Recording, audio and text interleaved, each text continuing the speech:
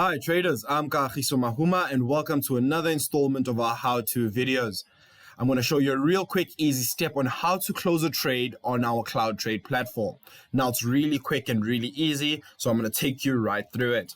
So as you can see, I have my terminal opened in which I showed you how to use it in the previous video, and now we're just going to close the trades in which I have open. So as we can see here on the far right hand side of my terminal, we have an option for close. I will then click on the X button and we'll then see a market overview of my current trade. So should I want to close this current trade, I will then be able to see the total amount I will lose and at what price exactly is it closing at. And then you click on submit and that trade should be closed. Should you want to go back on it and just wait a little bit longer, you can then click on the X button and wait just a tad longer for your trade to close. Thank you so much for watching this YouTube video. For more information, make sure you subscribe to our YouTube channel.